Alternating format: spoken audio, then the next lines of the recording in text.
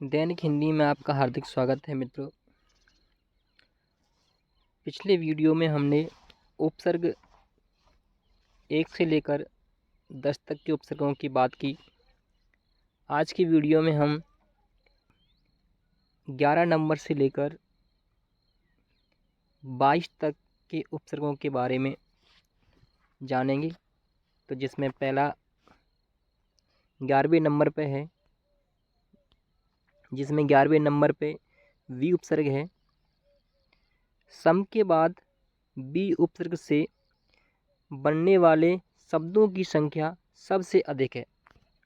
जब हमने सम उपसर्ग पढ़ा तो उससे सबसे ज़्यादा शब्द बनते हैं, लेकिन उसके बाद दूसरे नंबर पर आता है वो वी उपसर्ग है।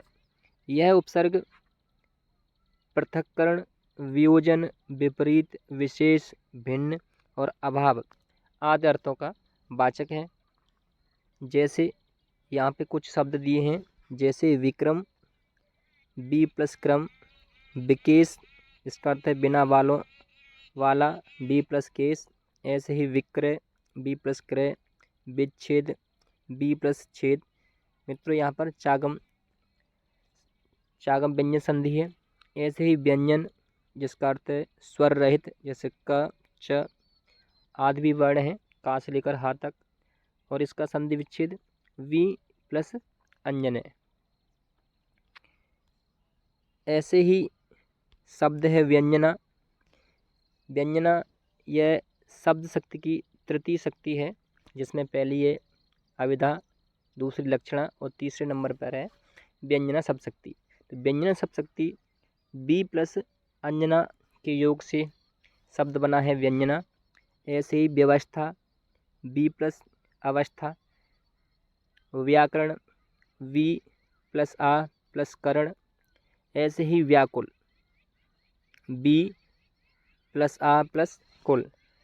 तो यहाँ हमने देखा कि जो वी उपसर्ग है, तो बी उपसर्ग से भी कई एक शब्द बनते हैं। अब यहाँ पर ये जो वी प्लस आ हो रहा है, तो यहाँ पर अधिकतर यण संधि हो रही है।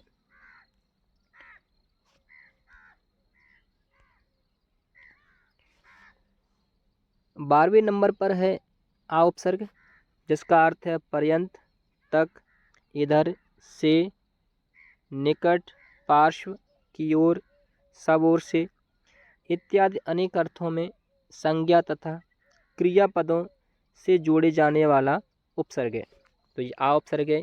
एक तो जो संज्ञा पद होंगे उनके साथ और क्रियापदों के साथ जोड़ा जाता है। जैसे कुछ शब्द दिए हैं, आकर्षण, तो आ उपसर्ग है प्लस कर्षण। मित्रों यहाँ पर एक शब्द है आकरण, तो आ प्लस कर्ण। यहाँ पर थोड़ी सी मिस्टेक हो गई है, यहाँ के आ प्लस आ और कर्ण के बीच में प्लस लगा लेना। ऐसे ही आकाश, आ प्लस काश, जिसका अर्थ होता है चमक। ऐसे ही आकीर्ण, आ प्लस कीर्ण, जिसका अर्थ है बिखरा हुआ। ऐसे ही आकुल, हर्ष, शोक, विस्मित, आ प्लस कुल। आगे देखते हैं। विशेष में कुछ शब्दों के आरंभ में आ दिखाई देता है, परंतु यहाँ आ उपसर्ग नहीं होता है। जैसे आकस्मिक, तो अकस्मात प्लस एक, जिसमें ता का लोप तथा एक प्रत्यय के कारण आ का दीर्घा होकर या आद्वृद्धि होकर के आकस्मिक शब्द बना है। इसी प्रकार कुछ शब्द दिए गए हैं, जैसे अतिथि प्लस ए जोड़ने से शब्द बना आतिथ्य। तो यहाँ पर मित्र जो ए जोड़े जा रहा है ये प्रत्यय है। ऐसे ही अतिथि प्लस या, तो यहाँ पर ये प्रत्यय है। और यहाँ पर जो आ हो रहा है, तो यहाँ पर हमें कंफ्यूज नहीं होना है, क्योंकि यहाँ ये मूल अतिथि शब्द है। यहाँ पर ये आतिथ्य में आ उपसर्ग नहीं है, क्योंकि अतिथि में यह प्रत्यय जोड़ने से आद्वृद्धि होने के कारण आतिथ्य। ऐसे ही अदिति प्लस या की योग से आदित्य, आद्वृद्धि होने से ये शब्द बने हैं। तो यहाँ पर कोई आ उपसर्ग नहीं है। जैसे आधुनिक तो अधुना मूल शब्द है और एक प्रत्यय जोड़ने से आधुनिक शब्द बना है। ऐसे ही आध्यात्मिक तो आध्यात्मिक मूल शब्द है, एक प्रत्यय जोड़ने से आध्यात्मिक शब्द बना है। ऐसे ही आस्तिक प्लस एक के योग से आस्तिक शब्द बना है। तो ये कुछ शब्द दिए गए हैं, इन्हें हमें ध्यान रखना है, इनमें आ उपसर्ग नहीं है। अगले नंबर पर है नी उपसर्ग, जिसका अर्थ है नीचे की ओर, नियंत्रण, निग्रह, बड़ा, विशेष, निषेधात्मक, निश्चय, पुष्टिकरण इत्यादि अर्थों की प्राप्ति हेतु धातु व संज्ञा पदों से पूर्व जुड़ने वाला उपसर्ग है। अब यहाँ पे कुछ शब्द दिए गए हैं, जैसे निदर्शक, नी प्लस दर्शक, निधन, नी प्लस धन, निपात, नी प्लस पात। ऐसे ही है निबंध, नी प्लस बंध, निमिष, जिसका अर्थ है आँख झपकना, नी प्लस मिस। ऐसे न्यास, नी प्लस आस, और न्यून, नी प्लस ऊन। तो यहाँ न्यास और न्यून है, यहाँ पर एण संधि है। अब अगले नंबर पर है आदि उपसर्ग। क्रिया विशेषण के रूप में अधि के अर्थ आगे बढ़कर या ऊपर है, तो ये आदि उपसर्ग है। एक तो ये क्रिया विशेषण के रूप में आता है और जिसका अर्थ होता है आगे बढ़कर या ऊपर। और अगला लिखा है कि संबंध बोधक अव्यय के रूप में आदि के अर्थ ऊर्ध्व, ऊपर, आगे, मुख्य और प्रधान है। तो यहाँ पर हमने देखा कि क्रिया विशेषण के रूप में आदि का अर्थ है आगे बढ़कर या ऊपर, और संबंध बोधक अव्यय के रूप में आदि का अर्थ है ऊर्ध्व, ऊपर, आगे और मुख्य।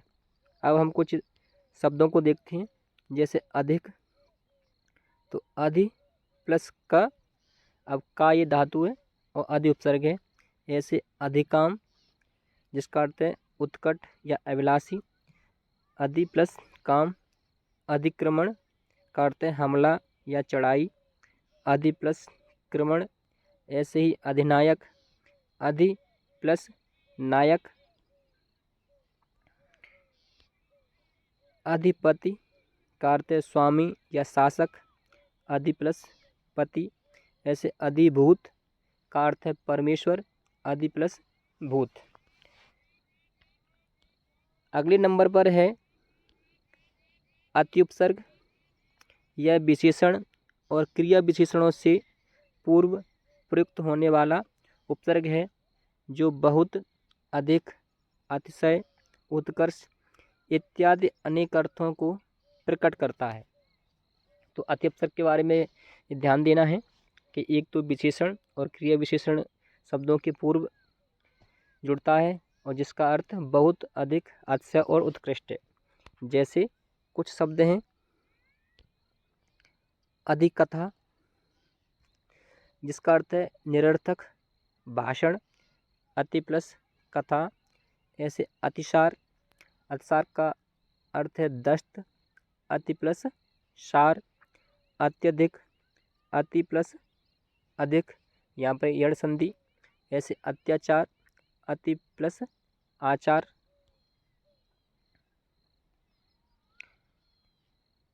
आगे शब्द है अतियुक्त, अति प्लस उक्ति। ऐसे अत्याधुनिक, अति प्लस अधुना प्लस एक।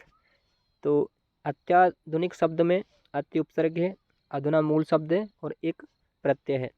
ऐसे ही अत्यावश्यक, अति उपसर्ग, अवश्य मूल शब्द और अक प्रत्यय है। 16वां है सु उपसर्ग। ऐसा उपसर्ग जो कि कर्मधारय और बहुब्रीहि समास बनाने के लिए संज्ञा शब्दों से पूर्व लगकर अच्छा, भला, सुंदर, श्रेष्ठ, मनोहर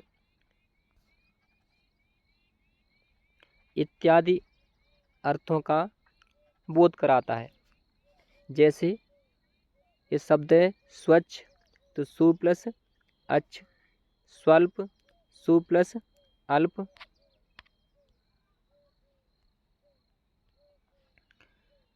स्वस्थ का अर्थ है कल्याण, सु प्लस अष्ट। ऐसे स्वस्तिक, तो ये एक मंगल चिन्ह है, जो ऐसा हमने देखा होगा, और इसका खंड होता है सु प्लस अस्तिक। ऐसे ही स्वागत, तो सु प्लस आगत। सुनिश्चय, सु प्लस निश्चय। सुरति का अर्थ है पति पत्नी का गहरा प्रेम, सु प्लस रति।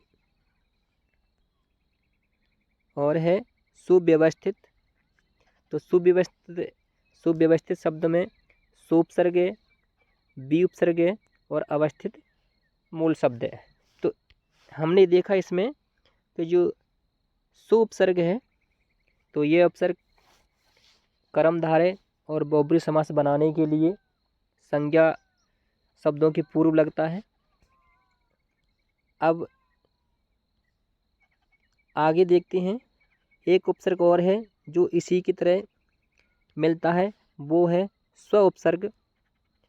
जैसे स्वाधिकार, अपना कर्तव्य, तो स्व प्लस अधिकार। तो वहाँ पर हम सु उपसर्ग देख रहे थे और ये उपसर्ग स्व है, तो ध्यान रखना है दोनों में अंतर है। ऐसे ही स्वानुभूति का अर्थ है आत्मानुभूत, स्वयं प्लस अनुभूति। ऐसे ही स्वार्थ, स्वयं का अर्थ, स्व प्लस अर्थ।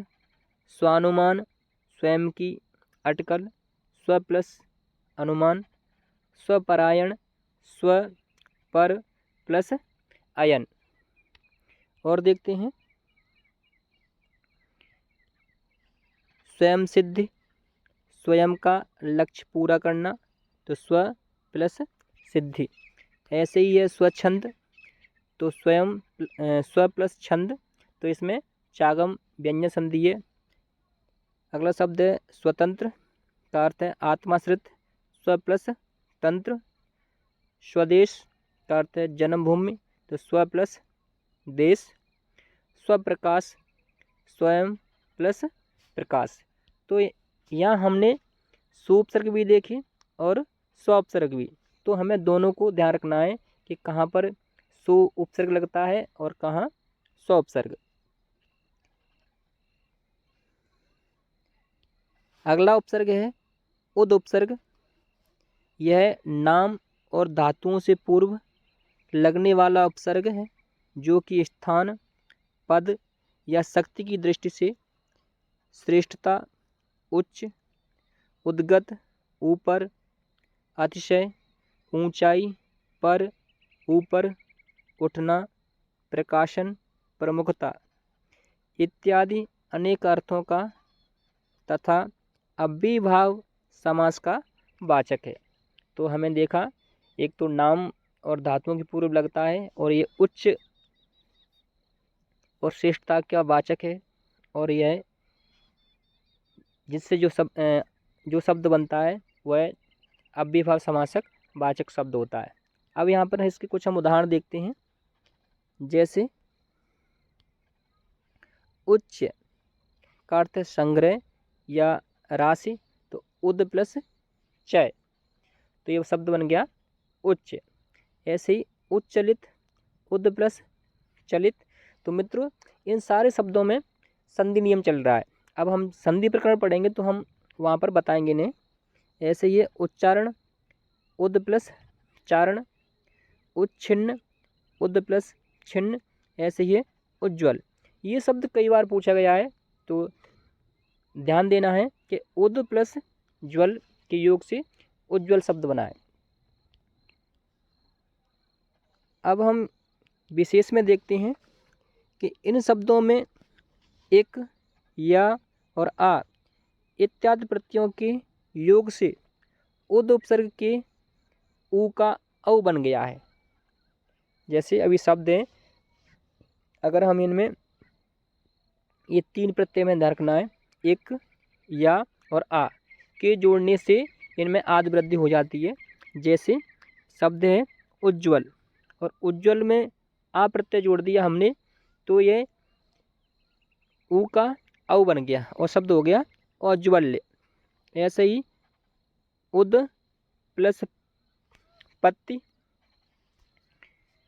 और प्लस, अब उद प्लस पत्ती से शब्द बना उत्पत्ति, और उत्पत्ति में एक जोड़ने से शब्द बन गया औत्पत्तिक। ऐसे ही है औत्सुक्य, तो उत्सुक प्लस या, और या जोड़ने से ऊ का औ बन गया।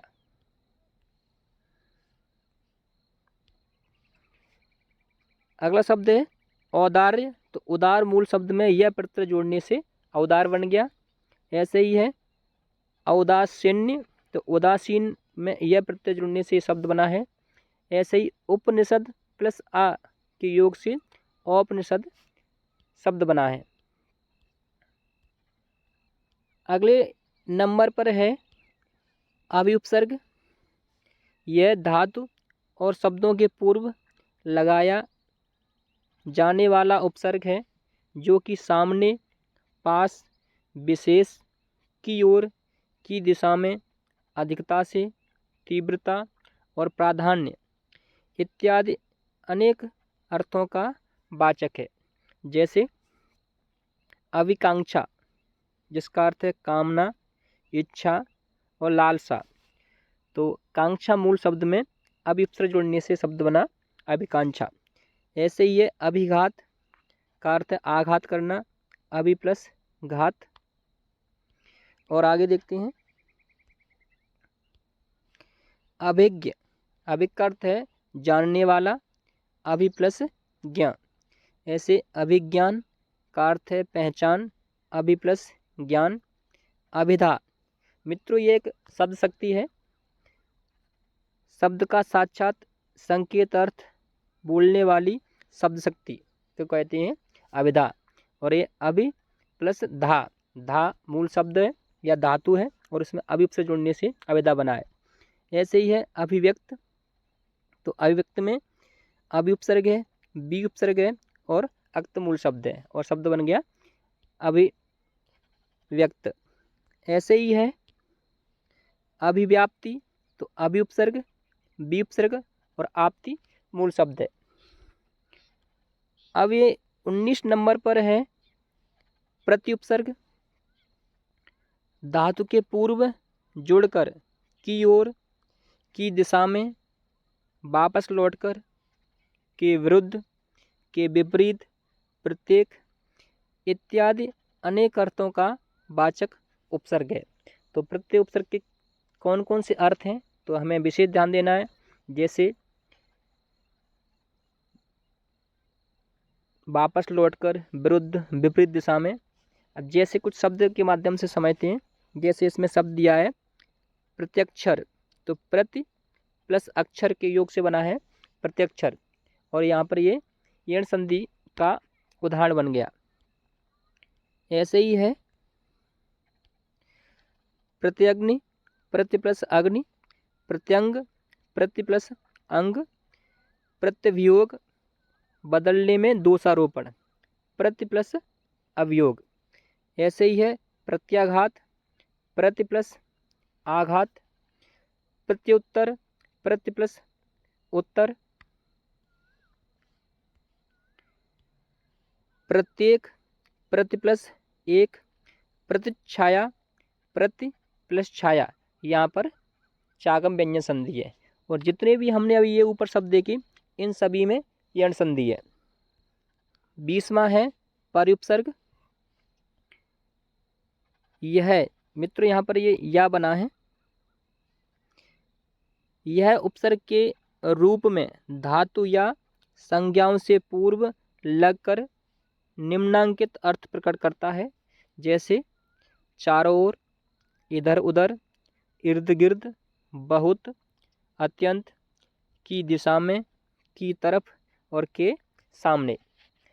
अब परिउपसर्ग जोड़ने से कौन सा शब्द बनेगा तो शब्द है परिच्छद, तो परि प्लस छद, चागम व्यंजन संधि। ऐसे ही है परिच्छिन्न, परि प्लस छिन्न, यहाँ पर भी चागम व्यंजन संधि है। ऐसे ही कुछ और शब्द हैं। परिच्छेद, तो परि प्लस छेद, तो यहाँ पर भी चागम व्यंजन संधि। ऐसे ये परिच्छेद, तो मित्रों यहाँ पर ये ध्यान रखना, ये लास्ट में धा नहीं है, दा आएगा। परिच्छेद, परि प्लस छेद, तो शब्द बन गया चागम व्यंजन संधि का। ऐसे ये परिणय, परि प्लस नय। मित्रों परिणय, परिणाम, यहाँ पर सब संधि नियम चल रहे होंगे। अब यहाँ पे ना का अणा कैसे हो रहा है, तो इस चीज़ को हम और जब संधि प्रकरण पढ़ेंगे तो वहाँ इसे विस्तार से समझाएंगे। अगला शब्द है परीक्षक, तो परि प्लस ईक्षक, यहाँ पर दीर्घ संधि हो गई। विशेष में ध्यान देना है कि परि उपसर्ग जुड़ने से दीर्घ स्वर संधि और व्यंजन संधि बनती हैं। तो अभी हम देख के आ रहे थे कि जो परि उपसर्ग जुड़ने से कौन कौन संधि बनेगी, एक तो व्यंजन संधि बनेगी और दीर्घ स्वर संधि। अगला नंबर पे है उप उपसर्ग। यह उपसर्ग क्रिया या संज्ञाओं से पूर्व लगकर इन अर्थों को प्रकट करता है, जैसे निकटता, सामीप्य, समीप, शक्ति, योग्यता, चेष्टा, प्रयत्न, आरंभ, गौणता, व्याप्ति, विस्तार और अधिकता।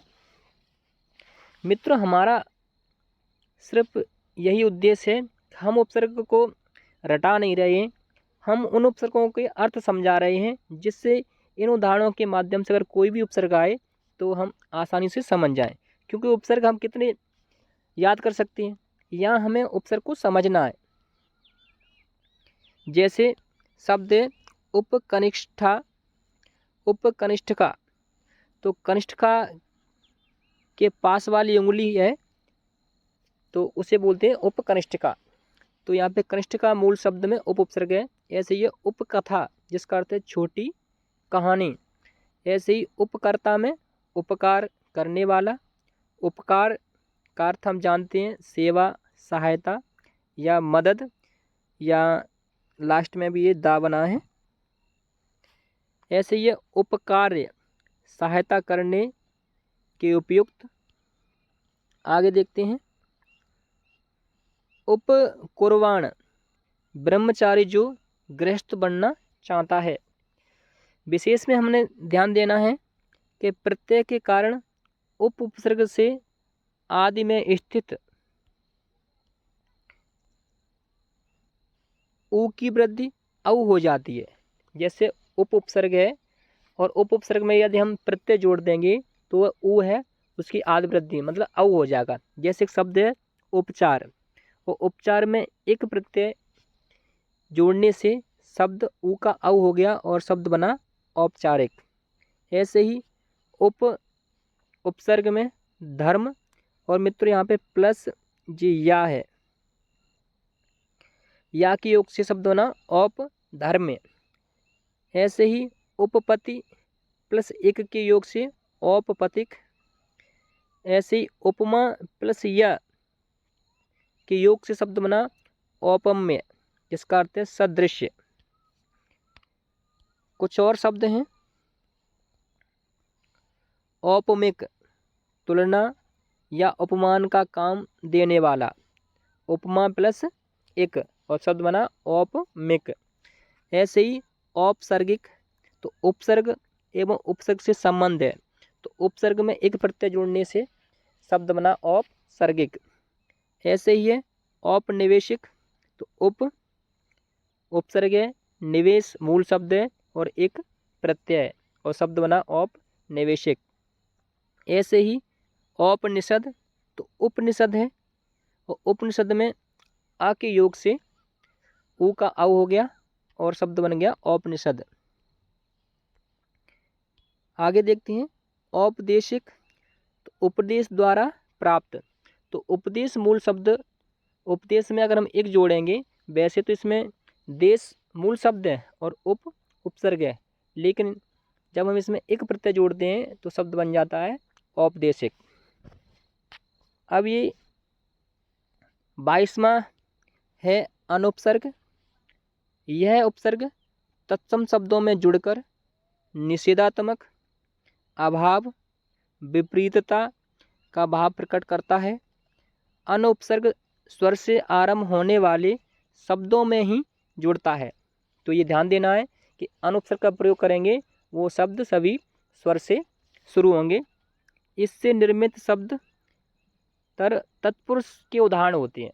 जो समास है तत्पुरुष समास, तो अनुपसर्ग से जो भी शब्द बनेंगे वो शब्द बने उदाहरण होंगे किसके? तत्पुरुष समास के। और ये कैसे बनते हैं तो इस पूरी प्रक्रिया को हम समास प्रकरण में देखेंगे। अब यहाँ कुछ शब्द लिएंगे, जैसे अनक्ष जिसका अर्थ है दृष्टिहीन। तो अन प्लस अच्छे, संधि के नियम अनुसार यहाँ पर अच्छे के स्थान पर अच्छ होता है, तो यहाँ पर ये शब्द बन गया अनक्ष। ऐसे ही है अनक्षर, बोलने से असमर्थक या मूक जो बोलता ना हो, तो अन प्लस अक्षर। ऐसे ही है अनग्नि, अग्नि का ज्ञान ना होना, तो अन प्लस अग्नि। और देखते हैं अनघ, अर्थ है निष्पाप, निरपराध, तो अन प्लस अघ। अनभिज्ञ, अन प्लस अभि प्लस ज्ञा, तो ज्ञा मूल शब्द है, अनुपसर्ग है और अभि उपसर्ग है। ऐसे अनंग, अशरीरी जिसका शरीर न हो, या कामदेव, तो अन प्लस अंग। ऐसे ही है अनध्यन, अध्ययन से अवकाश वाला दिन, अन प्लस अध और प्लस अयन के योग से शब्द बना अनध्यन। कुछ और शब्द हैं अनंत, तो अंतरहित या अपरिमित या निश्चिम, अन प्लस अंत। अनंतर या अकरहित, जिसके मध्य देश काल का कोई अनंतर ना हो, अन प्लस अंतर। अनन्य का अर्थ है अभिन्न या अद्वितीय, और अन प्लस अन्य के योग से बना है अनन्य। ऐसे ही है अनन्वय का अर्थ है संबंध का अभाव, तो अन प्लस अनु और प्लस अय। तो यहाँ पर कोई भी मूल शब्द नहीं है, अनुपसर्ग है, अनुपसर्ग है और अय प्रत्यय है, तो इन सब के योग से शब्द बना है अनन्वय।